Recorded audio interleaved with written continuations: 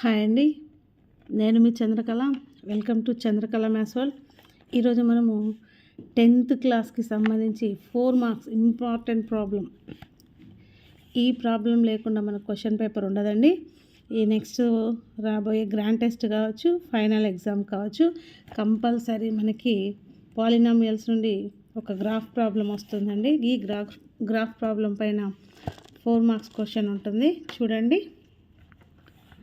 ఇలా ఒక పారాబోలా ఇచ్చేసి 2 జీరోస్ ఆఫ్ ద పాలినామియల్స్ ఇస్తారు.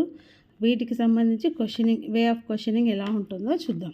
చూడండి, ఇక్కడ ఈ పారాబోలా అనేది -1 దగ్గర 2 దగ్గర టచ్ చేసేలాగా ఇచ్చారు. ఒక ఎగ్జాంపుల్ ఇచ్చాను చూడండి. What is the name of the graph?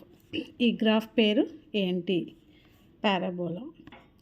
What is the name of the polynomial? ఈ పాలినామియల్ పేరేంటి? Quadratic polynomial. క్వశ్చన్ బాగా వినాలి. నేమ్ అనగానే పారాబోలా అని కాదు. గ్రాఫ్ పేరు అడుగుతున్నారా, పాలినామియల్ పేరు అడుగుతున్నారా చెక్ చేసుకోవాలి. గ్రాఫ్ నేమ్ అడిగితే పారాబోలా అని, పాలినామియల్ నేమ్ అడిగితే క్వాడ్రాటిక్ పాలినామియల్ అని మనము మెన్షన్ చేయాల్సి ఉంటుందన్నమాట.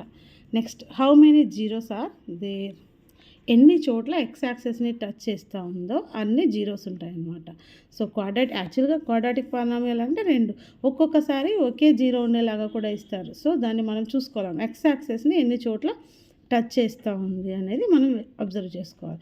ఇక్కడ టూ టైమ్స్ టచ్ చేస్తూ ఉంది కాబట్టి మనకి 2 జీరోస్ ఉంటాయి అన్నమాట. సో 2. What are they? ఎక్కడెక్కడ టచ్ చేస్తూ ఉంది? -1, 2.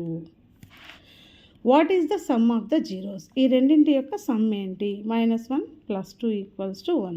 అంటే సమ్ అంటే అడిషనే కదా. సో ప్లస్ చేస్తే మనకి 1 వచ్చింది.